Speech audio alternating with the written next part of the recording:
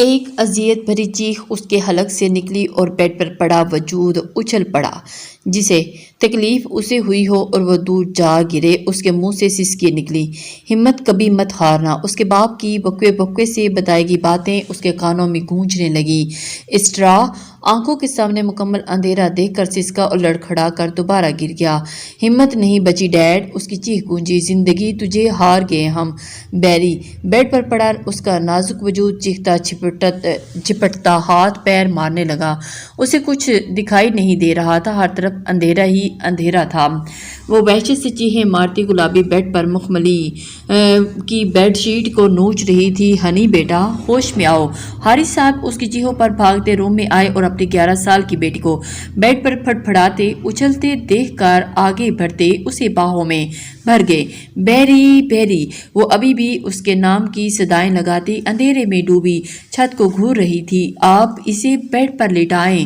Doctor بھاگتے ہوئے کمرے میں آ کر حارث صاحب سے بولے۔ ٹیبل پر میڈیکل باکس رکھتے اس میں سے اسے ہمیشہ لگنے والا انجیکشن نکالنے لگے۔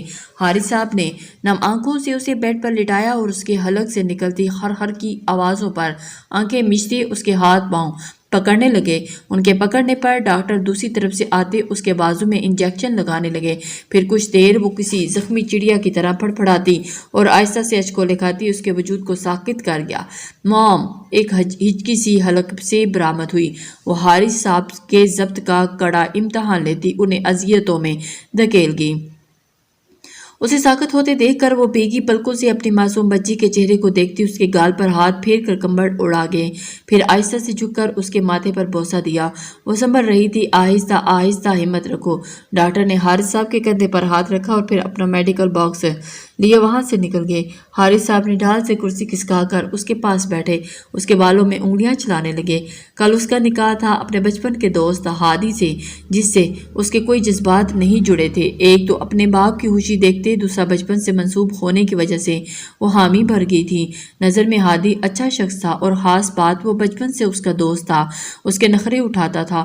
وہ اپنے ہاتھوں پہ لگی سمپل سی مہندی ڈیزائن کو دیکھتی سوچنے لگی اور لیمپ کی مدھم روشنی میں اس کا خوبصورت چہرہ کسی چاند کی طرح چمک رہا تھا۔ گولڈن شولڈر کٹ بال، دودیا میدے سے سفید رنگت، معصوم نکوچ، سرخ گلابی پنکھڑیوں جیسے لب، چھوٹی سی ناک جس پر ہر دم غصہ سوار رہتا اور سب سے حسین قیامت برپا کرتے اس کے حسن میں اس کی تھوڑی پر موجود گڑے پہ 3 سیاہ نقطے۔ وہ ایک خوبصورت مجسمہ تھی۔ جو بھی پہلی نظر میں اسے دیکھتا دوبارہ پلٹ کر دیکھنے سے خود کو باز نہ رکھ پاتا۔ وہ اپنی زندگی میں عواپ جینے والی بندی تھی، پر وہ جی نہیں پاتی تھی۔ اس کی خوشیوں کا دائرہ اپنے باپ تک محدود تھا۔ وہ ہوم منسٹر حارث خان کی لاڈلی بیٹی تھی، خوبصورت، اپنی مرحومہ جیسی ماں جیسی مزاج اور باپ جیسا روکھا۔ اور وہ صرف اپنے باپ کی سنتی تھی یا دوسرا اپنے انکل فواد جو کہ حارث صاحب کے بچپن کے دوست تھے ان کی سنتی تھی۔ حارث خان، فواد خان، بیری ماں بچپن میں ہی ساتھ چھوڑ گئی تھی ہمیشہ کے لیے۔ دوسرا کوئی نہیں تھا، نہ ہی زیادہ میل جول پسند کرتی تھی۔ ہاں کچھ فرینڈز تھے یونیورسٹی کی اور دوستی بھی تھی، پر ایک حد تک۔ دفتر خاموش روم میں موبائل پہ کال بیل کی مخصوص دھن بجنے لگی اور کونیوں کے بال ہاتھ اٹھا کر کونیوں سے چمکتے ہادی کے نام کو دیکھتے ہی کوف سے گہرا سانس بھرا۔ جب سے نکاح کی تاریخ رکھی گئی تھی وہ پیچھے ہی پڑ گیا تھا۔ عجیب سے لہجے میں چیپ چیپ باتیں کرتا کہ ہانیہ کو غصہ آ جاتا اور اچھی خاصی اس کی انسلٹ کر کے موبائل آف کر دیتی، اور صبح وہ ڈھیٹ بغیر اس کی انسلٹ کا اثر لیے رومانٹک SMS کرتا۔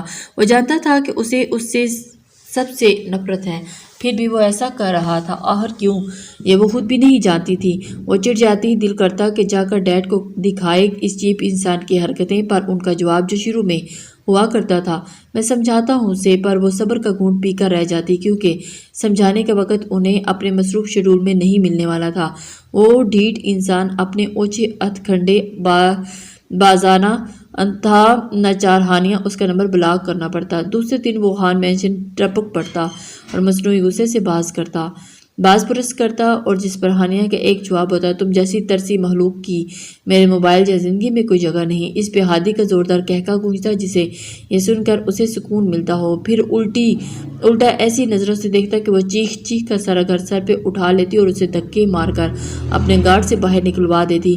پھر وہی تیسرے دن فواد صاحب آ دھمکتے کہ وہ آئندہ ایسا نہیں کرے گا، میری جان اس کا نمبر ان بلاک کرو۔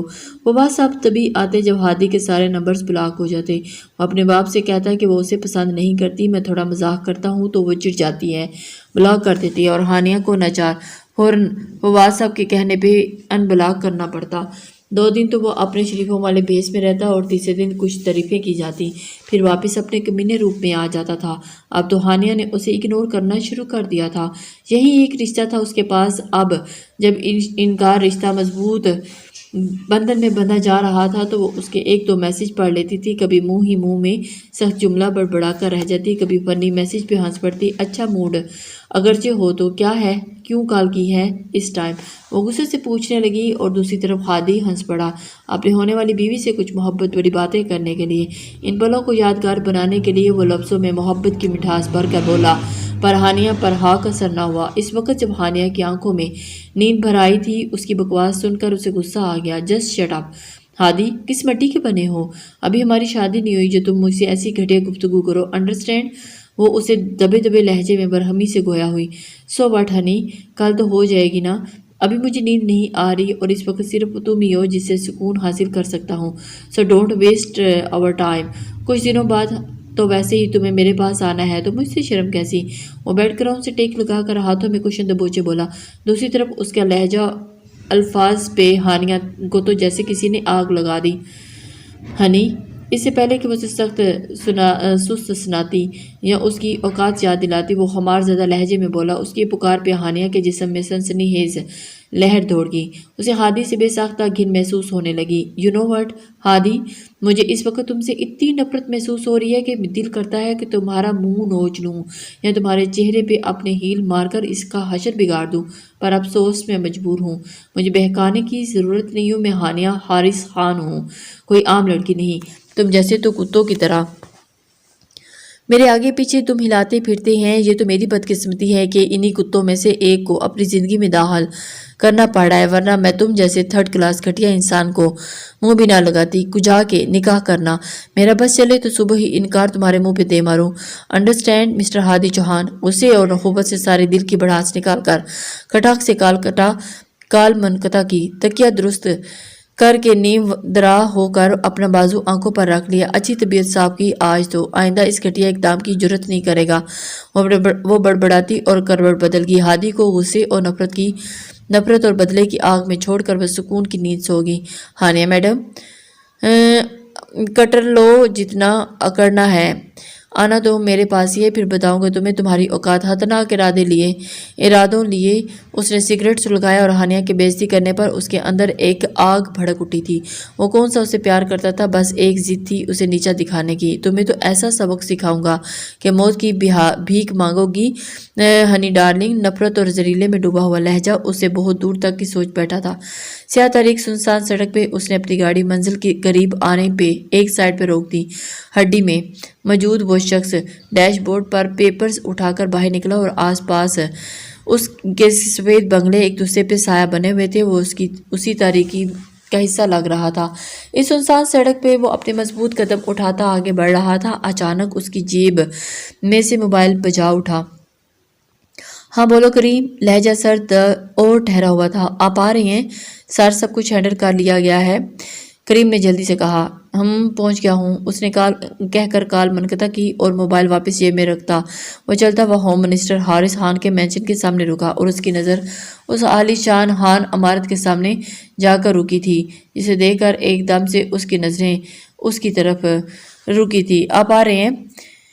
اس کی نظریں اس عالی شان خان عمارت پر پڑی، جیب میں موجود پیپر سب تپاتے بیرونی دیوار پر آ کر اندر لان میں داخل ہوا۔ بلیک ڈاگز اور گارڈز کا چاروں طرف پہرا تھا اور اس کے آدمی سب کچھ ہینڈل کر چکے تھے، فورسز لے کر کیمرے تک۔ اس نے بے فکر ہو کر قدم آگے بڑھائے اور سامنے موجود کیمرے کی بالکونی کے ساتھ جڑے ہوئے پائپ پر چڑھا اور بہت آہستہ سے کسی چیتے کی طرح پائپ پر چڑھتے بالکونی میں چھلانگ لگائی۔ بآسانی اس کے کمرے تک پہنچ گیا تھا جس کا اس کے آدمیوں نے بتایا تھا۔ کھڑکیوں پر مصنوعی اسٹرابری کی لڑیاں اور دبی سفید پردے لٹکے ہوئے تھے۔ اس کے انابی لبوں پہ ایک مخصوص تبسم بکھرا۔ وہ پردے ہٹا کر کمرے میں داخل ہوا جہاں مہندی اور اس کی سانسوں کی ملی جلی خوشبو بہرام ملک کے نتنوں سے ٹکرائی۔ لیمپ کی مدھم روشنی میں وہ چلتا ہوا اس کے پاس آیا۔ جہازی سائز بیڈ پہ وہ سلک کی پنک نائٹی میں دنیا جہاں سے غافل میٹھی نیند کی آغوش میں تھی۔ بہرام ملک کی نظریں اس کے ہاتھوں پر لگی مہندی پر پڑی اور اس کے مسکراتے لب سختی سے آپس میں پیوست ہو گئے اور وہ غصے بھری نظروں سے ہانیہ خان کو دیکھنے لگا۔ لیمپ کی سنہری روشنی میں اس کے معصوم نقوش کسی گلاب کے تازہ پھول کی طرح نکھرے ہوئے تھے۔ وہ چاند نگر کی شہزادی معلوم ہو رہی تھی کہ دل بے ساختہ اسے چھو کر محسوس کرنے کی خواہش کرنے لگا۔ اس کی چھوٹی سی سرخ ناک پہ دھرا غصہ اور ماتھے پہ بال دیکھے تو بہرام کے لب ایک بار پھر سے مسکرائے۔ اسے فرصت میں سراہنے کا ارادہ کرتے ہوئے اس نے آہستہ سے لیمپ آف کیا اور گن نکالی۔ وہ اس کے اتنے قریب بیٹھا تھا کہ دونوں میں ہاتھ بھر کا فاصلہ رہ گیا تھا۔ نیند میں کبھی کسی کی موجودگی آس پاس محسوس کر کے ہانیہ کی اچانک آنکھ کھلی۔ نیند سے بوجھل سیاہ ہمدار پلکوں کی بھار وہ جھپک جھپک کر حالی ذہنی سے اسے دیکھنے لگی۔ کون ہے وہ؟ اندھیرے میں ایک سایہ اس کی سانسوں کی تپش اپنے قریب محسوس کر کے خوف سے ہکلائی۔ بہرام ملک نے نظریں اس کی طرف اٹھائیں اور اسے اس اندھیرے میں ہانیہ خان کی بڑی بڑی نیند کے خمار بڑی آنکھوں میں بہرام ملک نے اپنی سرد آنکھیں گاڑ دیں۔ ہانیہ کی سانس اندھیرے میں اس کی چمکتی آنکھیں دیکھ کر رک گئی۔ کون ہو تم؟ خوف سے اس کے ہاتھ پاؤں سن پڑ گئے۔ اتنی رات میں کسی انجان کی اپنے کمرے میں موجودگی، وہ بھی اپنے اتنے قریب کہ اس کی سانسیں بھی بہت بے محسوس کر رہی تھی۔ جسم میں سنسنی لہر دوڑ گئی۔ تمہارا ہونے والا شوہر؟ بہرام نے جھک کر اس کے کان میں سرگوشی کی۔ ہانیہ کو رونا آ گیا۔ وہ اپنی سسکیاں اپنے حلق میں دبانے ہی کی کوشش کرنے لگی۔ وہ بہادر لڑکی اس وقت بھیگی بلی بنی ہوئی تھی۔ یہ خواب تھا یا حقیقت اس کے شل اعصاب سمجھ نہیں پا رہے تھے۔ مزید جان تو اس کے الفاظ نے نکال ہی دی تھی۔ اس کے خوبصورت نینوں سے آنسو پھسلتے اس کے رخساروں پر گرتے اس کے بالوں میں جذب ہو رہے تھے۔ اس سے پہلے کہ وہ چیخو پکار کر کے سب کو اکٹھا کرتی، بہرام نے بہت آہستگی سے اس کے منہ پہ اپنا بھاری ہاتھ جما دیا۔ شش ہنی، شور نہیں۔ بہرام نے اس کے کان میں سرگوشی کی۔ ہانیہ اس کے لمس پہ مچل گئی۔ وہ اس کی گرفت میں مچلتی ساکت ہوگی جبکہ بہرام نے اس کے ماتھے پہ پسٹل رکھی۔ کہا نا شور نہیں ہنی۔ اس نے سرد لہجے میں اس کے کان میں سرگوشی کی۔ ہانیہ خوف سے سفید پڑ گئی۔ اس کا وجود خوف سے سرد پڑتا، ہلنے سے انکاری ہو گیا تھا، البتہ آنکھیں زاروں کی طار برس رہی تھیں۔ اٹھو، اس نے حکم دیا جس پہ ہانیہ نے نفی میں سر ہلایا۔ بہرام نے اسے غصے سے دیکھا۔ میں نے کہا اٹھو۔ سرد ٹھٹھا دینے والا لہجہ پر ہانیہ نے بے آواز روتی اٹھ بیٹھی۔ بہرام مسکرا دیا اور اپنی جیب سے پیپرز اور پین نکالا۔ موبائل کی روشنی میں اس کے گلابی چہرے پر ٹکا کر دونوں چیزیں ہانیہ کے سامنے کی۔ سائن کرو، ہمارا نکاح آج اور ابھی۔ اس نے پین ہانیہ کی کپکپاتی انگلیوں میں تھمایا۔ وحشت زدہ سی ہانیہ کی نظریں اس کے دستانے پہنے ہوئے ہاتھ پہ گئیں۔ مما میں ایسا نہیں کروں گی۔ تم میرے ڈیڈ کو نہیں جانتے۔ انہیں جب معلوم ہوگا تو وہ تمہاری جان لے لیں گے۔ دونوں ہاتھوں میں چہرہ چھپا کر وہ پھر سے رو پڑی۔ کل صبح اس کا ہادی کے ساتھ نکاح تھا۔ ساری تیاریاں مکمل ہو چکی تھیں۔ اس کے پاپا اور انکل کتنے خوش تھے۔ ہنی میں جانتا ہوں تمہارے ڈیڈ کو اور تمہیں بھی اچھی طرح۔ اب تم ان پیپرز پہ سائن کرو۔ گن ماتھے پہ سرکتی اس کے بھیگے گال تھکائی اور ہانیہ کے ہاتھ پاؤں ٹھنڈے پڑ گئے۔ وہ اس کے بالکل پاس بیٹھا تھا۔ اگر ذرا سی مزاحمت کرتی یا چیختی تو دوسرے ہی پل اس پہ حملہ کر دیتا۔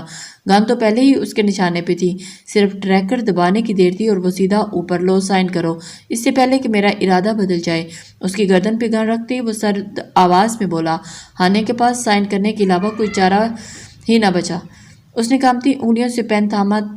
تم کون ہو یہ تو بتا دو، اس نے بھاری آواز میں التجا کی، جس پر بہرام مسکرایا۔ بتاؤں گا ہنی، جب تمہیں رخصت کروانے آؤں گا تو بتاؤں گا۔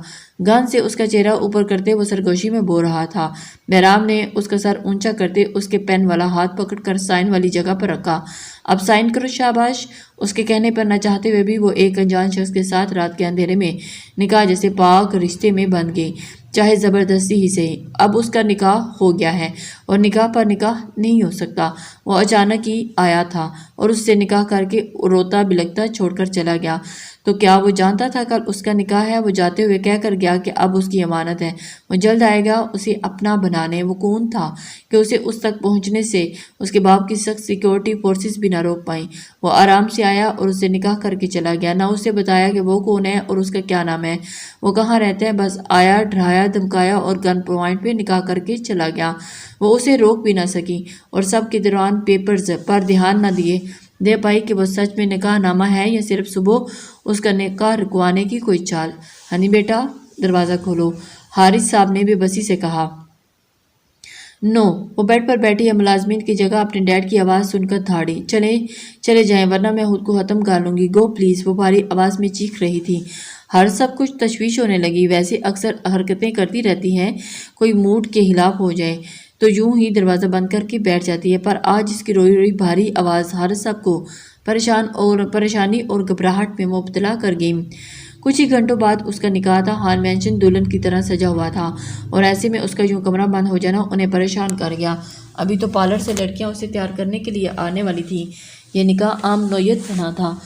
ملک کے مشہور بزنس ٹائکون فواد چوہان کے بیٹے اور ہوم منسٹر حارث خان کی بیٹی کے نکاح میں دنیا بھر کے امیر کبیر لوگ شرکت کی غرض سے آنے والے تھے۔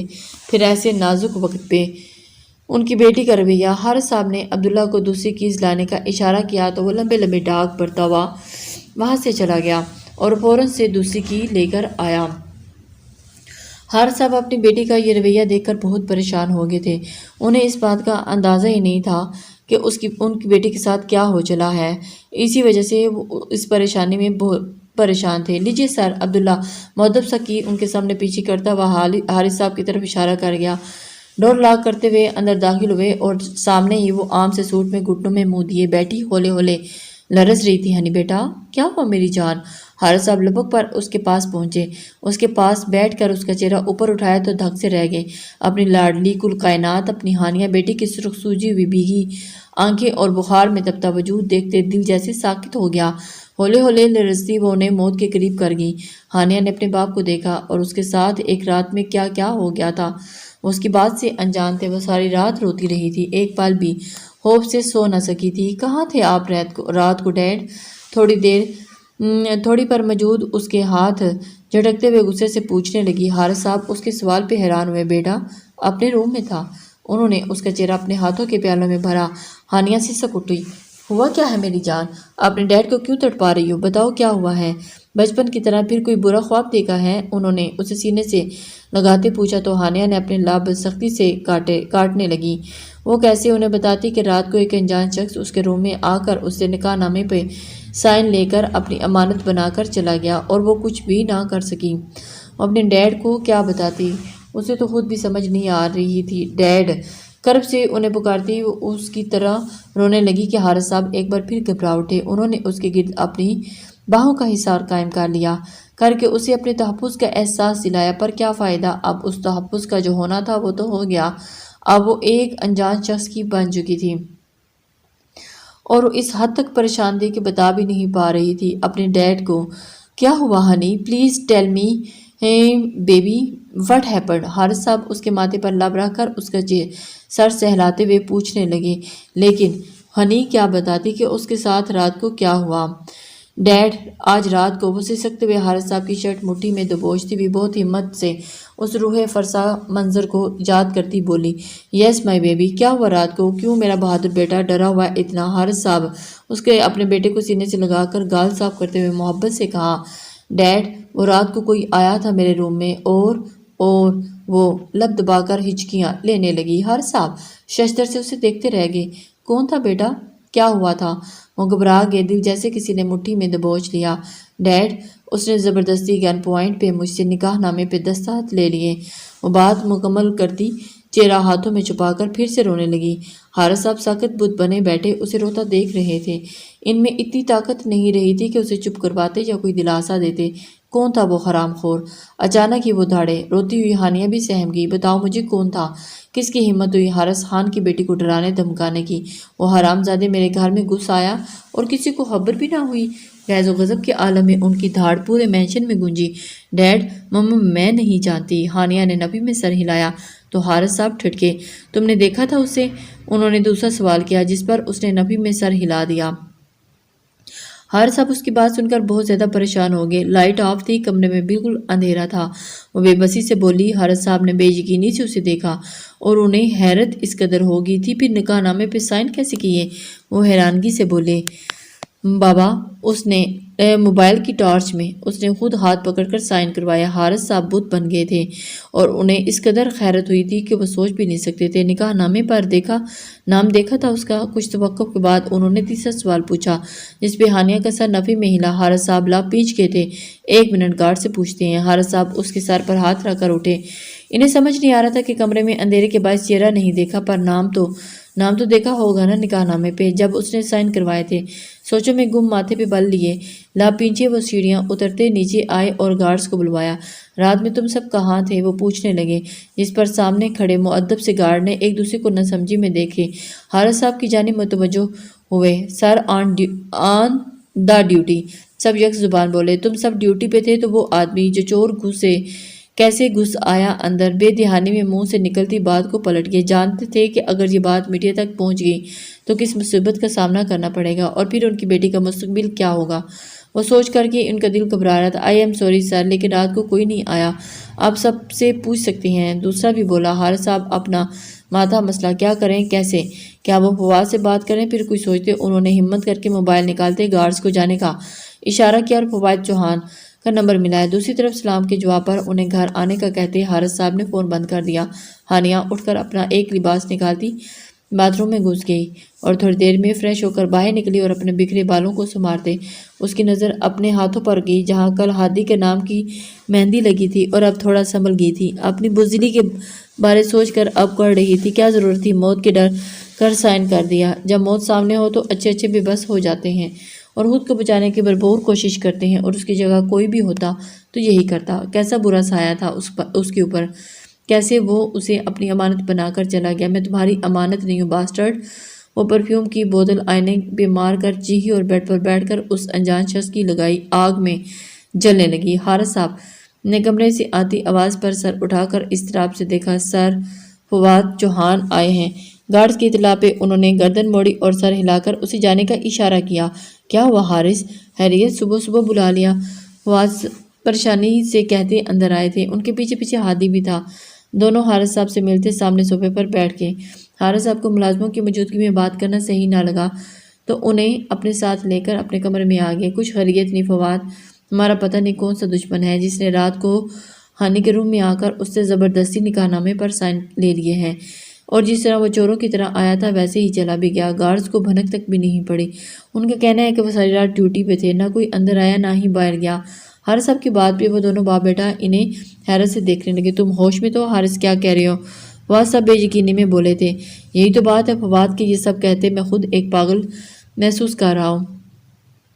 حارث صاحب دونوں ہاتھوں میں سر تھام گئے تھے۔ حارث صاحب کی بات پہ دونوں حیرت اور بے یقینی کے عالم میں کنگ سے بیٹھے تھے۔ کیا اس نے دیکھا اس آدمی کو؟ ہانیہ کو بلاؤ، فواد صاحب ہوش میں آتے بولے تھے۔ ہانی نے نہیں دیکھا کیونکہ اسے کمرے میں اندھیرا تھا، لائٹ آف تھی اور نہ ہی وہ اس کا نام جان سکی۔ وہ ایک انتہائی شاطر انسان تھا جو آیا اور بغیر ثبوت چھوڑے یہ سب کر گیا۔ حارث صاحب کے کہنے پہ فواد نے ہادی کی طرف دیکھا جس کے چہرے پر غصے کی لالی تھی۔ فواد صاحب اور حارث صاحب نے سارے کیمرے چیک کیے پر وہاں گارڈز اور پہرے دیتے ڈاگز کے علاوہ کچھ نہیں تھا۔ یہ کیا مذاق ہوا تھا ان کے ساتھ؟ واہ انکل، کیا پلان بنایا ہے آپ کی بیٹی نے؟ ہادی کی برداشت کا مادہ جب ختم ہوا تو تالی بجا کر بولا پریشان سے۔ حارث صاحب اور فواد صاحب نے اسے دیکھا۔ یہ کیا حرکت ہے ہادی؟ فواد صاحب نے لہجے میں اسے سخت باز رہنے کا اشارہ کیا تھا۔ ڈیڈ، یہ میری حرکت نہیں، ان کی بیٹی کا ناٹک ہے۔ کل رات ہی اس نے کہا تھا کہ مجھ سے شادی نہیں کرنا چاہتی، وہ مجھ پہ تھوکنا بھی پسند نہیں کرتی اور اس کے نزدیک میری کوئی اوقات نہیں۔ کتا ہوں میں، دم ہلاتا آگے پیچھے پھرتا ہوں۔ وہ حارث صاحب کو دیکھ کر بولا ہادی بیٹا، مگر وہ ایسا کیوں کرے گی؟ حارث صاحب نے فواد کی آنکھوں میں سوچ دیکھ کر پہلو بدلا۔ کیونکہ انکل میں اسے پسند کرتا ہوں اور وہ نہیں۔ چیپ انسان ہوں میں، تھرڈ کلاس ہوں، اس کے لائق نہیں ہوں۔ وہ چیخ کر بولا بس فواد صاحب۔ اس کی آواز غصے سے بلند ہوتی دھاڑ کر وہ بولے اور پریشان بیٹے حارث صاحب کی جانب مڑے۔ ہادی لا پیچ کر رہ گیا۔ حارث، یہ بھی تو ہو سکتا ہے شاید اس نے کوئی برا خواب دیکھا ہو۔ اگر آخر کوئی ثبوت بھی تو نہیں ہے اس بات کا، کوئی نام نشان نہیں، تو کیسے ایسے ہو سکتا ہے؟ مجھے لگتا ہے ہانیہ دماغی طور پر راضی نہیں تھی اس نکاح کے لیے، اسی وجہ سے شاید اس نے کوئی خواب دیکھ لیا ہو اور وہ ڈر گئی ہو۔ پہلے بھی تو ایسے خواب دیکھ کر ڈر جاتی تھی۔ فواد صاحب کی تفصیلی بات اور سمجھانے پہ وہ کچھ مطمئن ہوئے، پر وہ ہادی کی بات پر الجھے ہوئے تھے۔ مجھے بھی ایسا لگتا ہے شاید اس نے کوئی برا خواب دیکھا ہوگا۔ انہوں نے حامی بھرتے ہوئے سر ہلایا تھا۔ نہیں ہے کوئی برا خواب، وہ حقیقت تھا۔ آپ کو یقین کیوں نہیں ہے ڈیڈ؟ اچانک وہ دروازے سے نمودار ہوتی سرخ سوجے چہرے کے ساتھ چلائی۔ ہادی اور فواد صاحب اسے حیرت سے دیکھا اور پھر بولے کچھ بھی نہیں۔ ہنی، کیا تم نے ہادی کو کہا تھا کہ وہ تمہارے لائق نہیں؟ تم اسے شادی نہیں کرنا چاہتی؟ حارث صاحب اٹھ کھڑے ہوئے۔ ہانیہ نے ٹھٹک کر سامنے بیٹھے ہادی کو دیکھا جو اس کی طرف ہی متوجہ تھے۔ اوہ، تو اس گھٹیا انسان نے آپ کو کہا ہے کہ یہ میرا خواب ہے؟ پر یہ خواب نہیں، حقیقت ہے۔ اور ہاں، یہ بات اچھی طرح جان لیں کہ میں اس سے شادی نہیں کروں گی، اور تب تک شادی نہیں کروں گی جب تک آپ اس انجان شخص سے طلاق نہیں دلواتے۔ اور پھر بھی میں تم سے شادی نہیں کروں گی جسے میری بات پر یقین نہیں وہ جائیں باہر میں ایک نکاح کے اوپر دوسرا نکاح نہیں کر سکتے۔ غصے کی حالت میں اس کے منہ میں جو آیا بد لحاظی سے کہتی وہ سیڑھیاں طے کرتی اپنے روم میں بند ہوگی۔ آپ نے دیکھا انکل، اسے مجھ سے نکاح کرنا ہی نہیں تھا، یہ تو اس نے صرف بہانہ بنایا تھا۔ ہادی مٹھیاں پیسا ہوا ایک لفظ چبا کر گویا ہوا۔ پھر کیا سوچا تم نے؟ حارث سگار کے گہرے کش لیتے فواد نے استفسار کیا تھا۔ وہ اپنے بیٹے کی بے عزتی پہ بمشکل خود پہ ضبط کیے ہوئے تھا۔ کچھ نہیں، جیسے چل رہا ہے چلنے دو۔ نکاح کی ساری تیاریاں ہو گئی ہیں، اب صرف شام کو نکاح کی رسم ادا کرتے ہیں۔ حارث صاحب کی بات پہ ہادی کے چہرے پر سرخیاں واپس لوٹ آئیں۔ تمہارا آئیڈیا تو فلاپ ہو گیا ڈارلنگ، اب میرا آئیڈیا، اس نے سوچا، اور پھر کچھ دیر بعد فواد صاحب کے ساتھ روانہ ہو گیا۔ اپنی بیٹی کے اس اچانک رویے سے حارث صاحب بہت پریشان تھے۔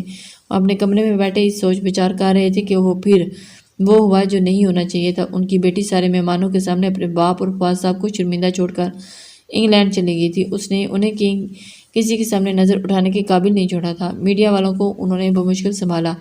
فواد صاحب اور ہادی کا بس چلتا تو اسے بھی زندہ زمین میں گاڑ دیتے، جسے انہیں عزت کی ذرا پرواہ نہیں تھی۔ وہ دونوں بہت ضبط سے بیٹھے تھے، بس نہیں چاہ رہا تھا کہ جائیں اسے چوٹی سے پکڑ کر لائیں اور ایسا سبق سکھائیں کہ دوبارہ ایسی کوشش کرنے کا وہ سوچے بھی نہیں تو اس کی روح کانپ جائے گی بس۔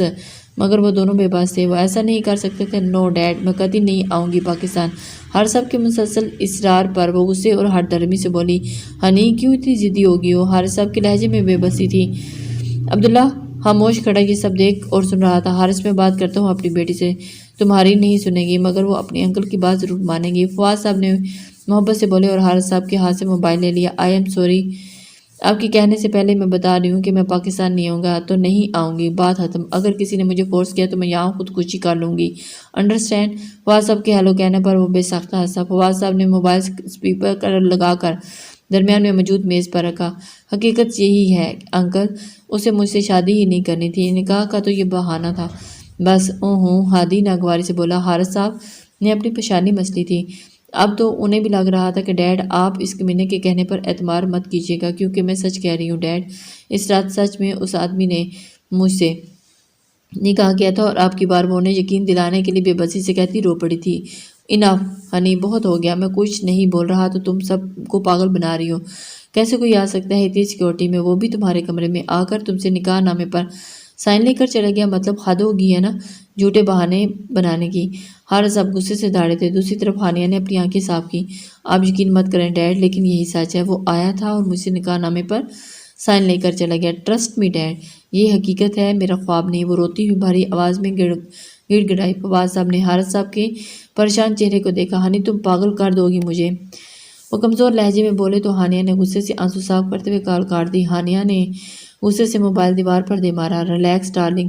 ہنی نے ٹی وی پر نظریں ہٹا کر اپنے سرخ چہرے کو دیکھا تو ہانیہ نے اپنی سبز آنکھیں ان کی طرف اٹھائی۔ ہنی، آپ کو مجھ پر ٹرسٹ نہیں ہے؟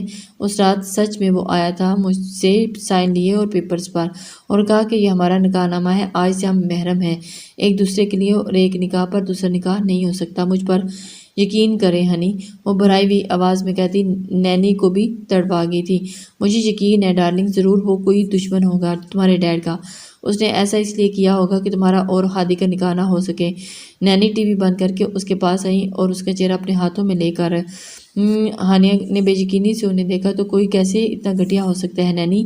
اس نے میری زندگی تباہ کر دی۔ نہ ڈیڈ کو مجھ پر یقین ہو رہا ہے، نہ ہادی کو جو میرا بچپن کا دوست ہے، نہ ہی انکل کو۔ نینی کے کندھے پر سر رکھ کر وہ بولتی تو نینی نے ایک گہرا سانس بھرا۔ تم بہت معصوم ہو ڈارلنگ، تم نہیں جانتی لوگوں کو تمہارے ڈیڈ سیاست میں ایک خاص پوزیشن رکھتے ہیں۔ وہاں ان کے ہزاروں دشمن ہوں گے، ان میں سے کسی نے یہ گھٹیا کھیل کھیلا تاکہ تمہارے ڈیڈ پریشان ہو جائیں اور سیاست چھوڑ دیں۔ نینی نے اسے محبت سے سمجھایا۔ ہانی ششدر سی نینی کو دیکھنے لگی اور اسے گھن آ رہی تھی ایسے لوگوں سے۔ کتنے گرے ہوئے یہ لوگ ہیں نینی، ایک سیٹ کے لیے ان لوگوں نے میری زندگی برباد کر دی۔ ان لوگوں نے جیسے نکاح پاک بندھن کو مذاق بنا دیا۔ آئی ہیٹ ہم۔ اگر وہ مل گیا تو میں اسے اپنے ہاتھوں سے مار دوں گی۔ وہ نفرت اور طیش میں سے بولی تھی، تم نے انگلینڈ آ کر ان کے منصوبے کو مضبوط کر دیا۔ تمہارے ڈیڈ وہاں پریشان ہوں گے اور اپنی سیٹ کی طرف دھیان نہیں دے پائیں گے، اور پھر وہ الیکشن ہار جائیں گے، ان کے مخالفین جیت جائیں گے۔ نینی مزید بولی تو ہانیہ اپنا سر تھام کر رہ گئی تھی۔ آپ بتائیں میں کیا کروں؟ اگر وہاں جاتی ہوں تو وہ لوگ میرا نکاح ہادی سے کروا دیں گے۔ انہیں لگتا ہے کہ میں نے ایک خواب دیکھا تھا اور اس خواب کو حقیقت سمجھ پر سر پر سوار کر لیا۔ وہ مجھے بھولنے کا کہہ دیا، ہادی سے نکاح کروا دیں گے۔ نکاح کے اوپر نکاح، وہ کرب سے بولی، لہجے میں بے بسی تھی۔ تمام تر رنگ شامل تھے۔ کچھ دیر دونوں کے خاموشی بیچ میں رہی اور ہانیہ نینی کے کندھے پر سر رکھ کر سسکتی رہی۔ کیا تمہیں یقین ہے کہ وہ حقیقت تھا؟ ڈارلنگ ذرا سوچو، کوئی کیسے یوں تمہارے روم میں آ کر نکاح کر سکتا ہے؟ خاموشی سے نینی کی آواز گونجی تو ہانیہ نے جھٹکے سے سر اٹھایا اور انہیں بے یقینی آنکھوں سے دیکھا، جن میں اب آنسو کی جگہ غصہ تھا۔ اور اب اسٹاپ اٹ نینی، میں ہر کسی کو یقین نہیں دلاتی پھروں گی۔ میرے ساتھ ایسا حقیقت میں ہوا ہے، مجھے لگتا ہے کہ سب کچھ یقین دلاتے پاگل ہو جاؤں گی۔ وہ بے بسی سے چلائی اور اپنے روم سے گاڑی کی کیز اٹھا کر اونچی ہیل سے ٹک ٹک کرتی گھر سے نکلتی چلی گئی۔ پورچ سے اپنی کار نکال کر اس کا رخ کلب کی جانب کر دیا۔ اس کا ارادہ اپنے دوست کے ساتھ کچھ وقت گزار کر اس ڈپریشن سے باہر نکلنے کا تھا۔ ایک ہاتھ میں ڈرائیونگ کرتی دوسرے سے موبائل نکال کر اپنی واحد فرینڈ رینا کو میسج کیا اور اسے کلب میں بلایا۔ کچھ ہی دیر میں اوکے کا میسج اس کے موبائل کی اسکرین پر چمکنے لگا اور وہ موبائل ڈیش بورڈ پر پھینک کر ڈرائیونگ کی طرف متوجہ ہوگی۔ انگلینڈ کی رنگین راتوں میں وہ اس وقت وہاں کے مشہور کلب میں اپنی دوست رینا کی سنگت میں کاؤنٹر پر کھڑی سافٹ ڈرنک کا گلاس ہاتھوں میں پکڑے سامنے ہی اسٹیج پر تھرکتے جھومتے ایک دوسرے کو گم لوگوں میں سرسری نظر ڈال کر رینا کی جانب متوجہ ہوئی، جس کا منہ کھلا ہوا تھا۔ واٹ؟ ایسے کیسے ہو سکتا ہے یار؟ کوئی کیسے ایسے کر سکتا ہے؟ تم نے اپنے ڈیڈ کو کیوں نہیں پکارا؟ حیرت کی زیادتی اس کے منہ سے چیخ نکلی تھی اور اپنی نیلی آنکھیں پھاڑ کے اسے دیکھ کے پوچھنے لگی، رینا یہاں اس کی واحد دوست تھی، وہ کرسچن تھی۔ دونوں کی دوستی بچپن سے چلی آ رہی تھی، دونوں ایک ہی اسکول میں پڑھتی تھی اور گھر بھی آمنے سامنے تھے۔ ایک اذیت